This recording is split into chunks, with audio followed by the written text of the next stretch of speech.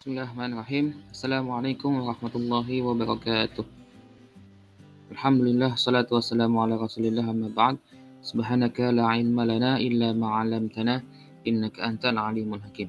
Insyaallah Bapak akan buatkan untuk kalian sebuah video pembelajaran untuk materi esok hari ya. Jadi harapannya kalian pada malam hari ini bisa kalian pelajari terlebih dahulu materi yang akan kalian pelajari besok, sehingga besok kita bisa lebih cepat untuk masuk ke latihan soalnya di kelas ya. Oke, materi yang pertama, untuk materi prasyaratnya kombinasi dan peluang sudah kita pelajari kan lalu ya di kelas. Bapak tidak akan mengulang kembali ya. Kemudian materi yang kedua tentang variabel acak. Jadi sebelum kita masuk ke materi ketiga yaitu distribusi peluang binomial dan distribusi normal, perlu kita kuatkan tentang pengertian variabel acaknya terlebih dahulu. Oke, ini sudah kita bahas di kelas tentang materi prasyarat yaitu kombinasi dan peluang. Semoga masih ingat ya dan dipahami dengan baik.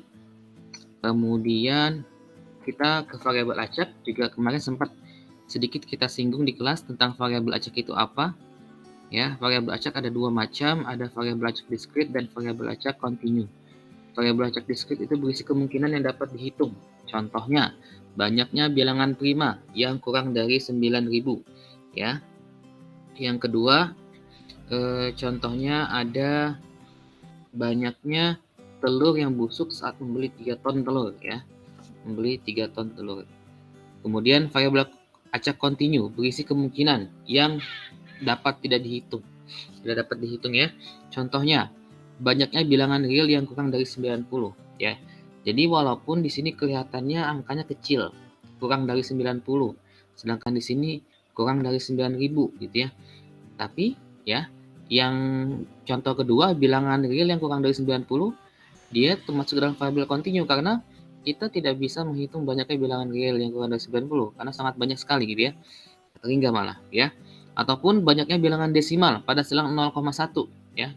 Sudah sempat kita jelaskan kemarin, bilangan desimal di antara 0 dan 1 tentunya banyak sekali ya. Bisa 0,01, 0,001, 0,000001 dan seterusnya. Artinya kemungkinannya tidak dapat kita hitung karena banyak sekali tak terhingga gitu ya. Ke contoh soal justru kita bahas variabel acak diskrit maupun kontinu ya. Banyaknya pemuda mengganggu di Jakarta, ini variabel diskrit. Kemudian ramai selama menonton TV setiap hari, variabel kontinu. Kemudian jumlah produksi telur per bulan per induk, variabel acak diskrit. Jadi diskrit itu bisa kita hitung, kemudian kontinu tidak dapat kita hitung. Kalau kontinu itu biasanya terkait dengan suhu gitu ya, pengukuran, waktu dan lain-lain ya, itu kontinu. Nah, untuk kelas 12 ini ya nanti kita fokusnya lebih fokus ke variabel acak diskrit ya. Variabel acak diskrit. Definisi. Kita kuatkan kembali definisi dari variabel acak itu adalah suatu fungsi yang menghubungkan sebuah bilangan real ya dengan setiap unsur dalam ruang sampel. Oke, contoh. Tolong diperhatikan baik-baik. Contoh ya, ada sebuah kasus Bang Jago menikah dengan Neng Ningsi. Mereka sudah mempunyai 3 orang anak. Nah, maka kemungkinan 3 orang anaknya dari jenis kelaminnya ya tentunya, itu yang pertama adalah laki-laki, laki-laki, laki-laki. Oke. Kemudian yang kedua, perempuannya 1. Misalkan anak pertamanya perempuan, berarti perempuan, laki-laki, laki-laki. Kemungkinan yang lain, anak yang keduanya perempuan, yang lain laki-laki. LPL. Kemudian yang ketiga, anak ketiganya perempuan. 1, berarti LLP. Ataupun ada kemungkinan anak perempuannya 2 gitu ya. Maka LPP, PLP, PPL. Ataupun kemungkinan yang terakhir, semua anaknya adalah berjenis kelamin perempuan. Nah, variabel acak itu tergantung dengan apa yang kita definisikan ya. Misalkan di sini kita mendefinisikan variabel acak didefinisikan sebagai banyaknya anak perempuan ya. Banyaknya anak perempuan dari mereka berdua, Bang Jago dan Neng Ningsi.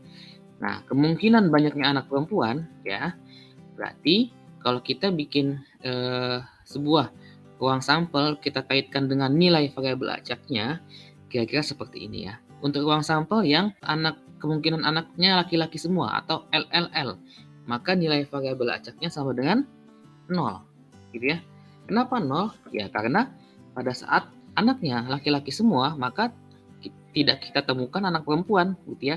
Sedangkan di sini variabel acak didefinisikan sebagai banyaknya anak perempuan, sehingga nilai variabel acaknya adalah 0, gitu ya. Yang kedua, PLL, LPL, dan LLP. Ruang sampel yang kedua yaitu anak di mana anak perempuannya berjumlah 1 ya. Ada 3 ruang sampel di sini, ada 3 sampel di sini ya. PLL, LPL, dan LLP. Maka nilai variabel acaknya adalah 1 gitu ya. Karena anak perempuannya 1 gitu ya. Tadi di awal kita definisikan variabel acaknya adalah banyaknya anak perempuan. Sehingga nilai variabel acaknya adalah 1. Nah, gimana jika ruang sampelnya adalah LPP, PLP, dan PPL ya? Maka nilai variabel acaknya adalah 2. Kenapa ya? Karena anak perempuannya Bang Jago dan Ningsi ada 2 gitu ya. Kemudian di sini juga PLP ada 2 juga P-nya. Nah, pada saat ruang sampelnya PPP, maka nilai variabel acaknya adalah 3. Ini bisa kita nyatakan sebagai berikut. Selanjutnya, maka nanti kalian akan jumpai ada simbol yang bentuknya X besar, kemudian simbol yang X kecil ya. X besar itu menyatakan variabel acaknya ya. X besar menyatakan variabel acaknya, atau bisa kita notasikan menjadi X besar sama dengan 0, 1, 2, 3 gitu ya. Sedangkan X kecil menyatakan nilai variabel acaknya, di mana nilai variabel acaknya ada 4 ya. X sama dengan 0, X sama dengan 1, X sama dengan 2, dan X sama dengan 3. Oke, coba kalian bedakan ya antara X besar menyatakan variabel acaknya, X kecil menyatakan nilai variabel acaknya. Oke, kita lanjutkan ke contoh yang keempat. Keempat ini karena nyambung dengan yang awal ya. Kita contoh yang selanjutnya yaitu ada 6 bola kuning, ada 5 bola merah ya. Di dalam sebuah kotak terdapat 6 bola kuning dan 5 bola merah. Diambil 2 bola sekaligus ya. Kita akan mendefinisikan dulu variabel acaknya. Variabel acak X besar didefinisikan sebagai banyaknya bola kuning yang terambil. Maka kemungkinan keluar ya, ketika kita mengambil 2 bola sekaligus, maka ada 2 kemungkinan ya. Kemungkinannya munculnya warna kuning-kuning ya. Kemudian kuning merah atau merah kuning, atau keduanya warna merah gitu ya. KK, KM, MK, dan MM. Nah, kita di sini didefinisikan variabel acaknya adalah banyaknya bola kuning yang terambil gitu ya. Maka kemungkinan banyaknya bola kuning yang terambil, kalau kita kaitkan dengan nilai variabel acaknya, maka ruang sampel untuk KK ya, ruang sampel yang nilai variabel acaknya 0 adalah bola yang keluarnya merah dan merah. Kenapa merah dan merah? Karena di sini variabel acaknya adalah kuning ya, bola kuning yang terambil. Maka ketika ruang sampelnya adalah merah dan merah, maka nilai variabel acaknya 0 karena nggak ada bola kuningnya gitu ya. Oke. Yang kedua, nilai variabel acaknya 1. Maka kemungkinannya ruang sampelnya ya ada 2, KM dan MK gitu ya. Nilai variabel acaknya 2, maka ruang sampelnya yaitu KK gitu ya. Itu kaitannya antara ruang sampel dengan nilai variabel acaknya. Maka dari situ bisa kita nyatakan X menyatakan variabel acaknya, maka X besar sama dengan 0, 1, 2 gitu ya. Kemudian X kecil menyatakan nilai variabel acaknya, maka ada X sama dengan 0, X sama dengan 1, dan X sama dengan 2. Oke, ini masih terkait dengan variabel acak ya, definisi dan cara kita menuliskannya gitu ya. Ingat, tergantung dengan yang didefinisikan. Misalkan kalau ternyata kita mendefinisikan banyaknya bola merah di sini gitu ya, bukan kuning lagi tapi bola merah, maka nanti konsekuensinya nilai variabel acaknya akan berubah gitu ya. Maka kalau di sini merah ya mungkin nanti jadinya ketika ruang sampelnya MM, nilai variabel acaknya adalah 2 gitu ya, kebalikannya ya. Maka pada saat kuning-kuning maka nilai variabel acaknya 0 gitu ya, karena variabel acak yang kita definisikan kita ganti menjadi bola merah yang terambil. Kira-kira seperti itu ya. Setelah kita tahu tentang variabel acak itu seperti apa, kita masuk ke distribusi peluangnya. Distribusi peluang diskrit ya, variabel acak diskrit. Oke, contoh. Kita kembali ke contoh yang tadi yang ketiga ya. Di mana contohnya Bang Jago menikah dengan Neningsi, mereka mempunyai 3 orang anak. variabel acak X didefinisikan sebagai banyaknya anak perempuan. Sama ya. Nah, sekarang kita ngomongin tentang distribusi peluang variabel acaknya seperti apa. Tampilkan kembali kemungkinan banyaknya anak perempuan ya dari ruang sampel yang tadi sudah kita buat ya. Maka kita dapatkan ketika ruang sampelnya ya LLL maka nilai variabel acaknya 0. Kenapa 0? Karena didefinisikan variabel acaknya adalah banyaknya anak perempuan. Ketika tidak kita temukan P di sini berarti nilai variabel acaknya sama dengan 0. Ketika PLL, LPL, dan LLP ada P-nya 1 maka nilai variabel acaknya 1. Yang ini nilai variabel acaknya 2, yang ini nilai variabel acaknya 3. Semoga ini sudah dipahami ya. Oke. Terus gimana peluangnya, Pak? Ya, masing-masing kejadian peluang seperti apa? Sebelum kita ngomong peluang, kita harus tahu tuh ruang sampelnya ada berapa nih pada kejadian ini. Ruang sampelnya ya bisa kita hitung ya. Kalau kita mau hitung manual bisa nih, ada berapa? 1, 2, 3, 4, 5, 6, 7, 8 ya. Ada 8 ruang sampel ya. Maka NS-nya kalau kita gunakan formula berarti 2 pangkat 3 gitu ya. Sama dengan 8. Maka peluang banyaknya anak perempuan saat 0 ya. Banyak anak perempuan sama dengan 0, maka peluangnya adalah ya kita lihat di sini ya. Dia ruang sampelnya ada 8. Kemungkinan kejadiannya ya banyaknya anak perempuan 0, ruang sampelnya cuma 1 yaitu LLL ya. Maka peluang banyaknya anak perempuan atau nilai atau fungsi peluangnya F sama dengan 0 ya. Kita tuliskan sebagai ini. Berarti kalau F sama dengan 0 berarti peluang saat nilai variabel acaknya sama dengan 0 gitu ya. X besar sama dengan 0. Nah, maka peluangnya adalah 1 dibanding 8 atau 1/8. Dari mana ya? Ini ada 1 ya. Cuma ada ruang sampelnya LLL yang dia tidak ada anak perempuan. Jumlahnya berapa? 1 gitu ya. Maka peluangnya adalah 1/8. NA dibagi NS. NS-nya adalah sama dengan NS-nya ini di bawah ya. NS-nya sama dengan 8 ya. Pojok kiri bawah nih. Ya. Kita tuliskan di sini di kolom paling kanan ya. Maka peluang ya X besar sama dengan X kecil. Berarti artinya peluang saat X besar sama dengan 0 gitu ya. Nilai variabel acaknya sama dengan 0 tadi di sini ya. Maka peluangnya adalah 1/8. Kemudian yang kedua, peluang banyak anak perempuan sama dengan 1 ya. Berarti ruang sampelnya tetap sama 8. Kemudian NA-nya kejadian anak perempuan 1 ada berapa? Ada 3 ya. PLL, LPL, sama LLP. Ada 3. Berarti NA dibagi NS-nya 3 dibagi 8. 3 banding 8. Maka kita dapat tuliskan pada saat P X sama dengan 1 ya. P peluang kejadian X sama dengan 1, anak perempuan jumlahnya 1, yaitu peluangnya adalah 3/8. Dan seterusnya, peluang banyak anak perempuan sama dengan 2, berarti F2 sama dengan P, X besar sama dengan 2 gitu ya. Peluang banyaknya anak perempuan sama dengan 2. Ada kejadiannya ada 3 juga nih, PPL, PLP, dan LPP, maka NA dibanding NS-nya 3/8. Kita bisa tuliskan juga di kolomnya, kita tambahkan menjadi 3/8 sini ya. Nah, peluang banyak anak perempuan sama dengan 3. Maka F3 sama dengan PX sama dengan 3. Di mana NA-nya ada berapa? 1 di sini ya. Ruang sampel untuk kejadian 3 anak perempuan hanya ada 1 yaitu PPP. Maka peluangnya adalah 1/8. Sehingga bisa kita lengkapi tabelnya menjadi seperti ini ya. Nah, tabel ini yang kita namakan dengan ya, ini ketika kamu menggambarkan ini gitu ya.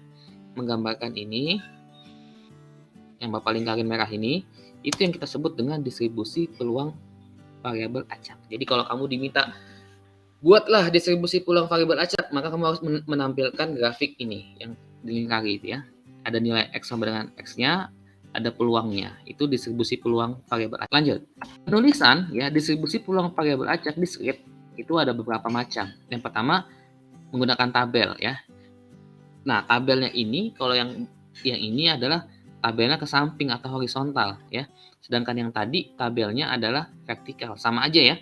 Artinya pada saat nilai variabel acak 0, maka peluangnya adalah 1/8 gitu ya. Fx-nya 1/8. Pada saat nilai variabel acak 1, peluang kejadiannya 3/8. Saat 2, 3/8, saat 3, 1/8. Oke, sama kayak tadi ya. Yang ini. Nih. Yang dilingkari ini. Cuman bedanya ini vertikal ke bawah. Kalau yang penulisan yang tadi, yang bagusan adalah horizontal, samping gitu ya. Samping ya. Oke. Yang pertama dituliskan dengan tabel. Yang kedua, menuliskan dengan bentuk fungsi. Berarti di sini adalah fungsi fx. Fungsi fx, oke, dia bernilai 1/8 untuk x sama dengan 0 atau 3. Ingat ya, bernilai 1/8 nih di sini pada saat x kecilnya sama dengan 0 atau x kecilnya sama dengan 3. Oke. Bernilai 3/8 untuk x-nya sama dengan 1 dan 2. Oke, dari sini ya, dari tabel juga sama bisa kita lihat saat x kecil 1, saat x kecilnya 2, maka nilai peluangnya sama dengan 3/8. Nah, di sini kenapa ada 0, Pak? Nah, 0 ya, ini untuk penegasan bahwa untuk x lainnya, maka peluangnya sama dengan 0 gitu. Maka perlu dituliskan juga. Jadi ada 0, 1/8, 3/8. Jadi kalau ada misalkan x-nya di sini kita tulis 4, berarti peluangnya apa?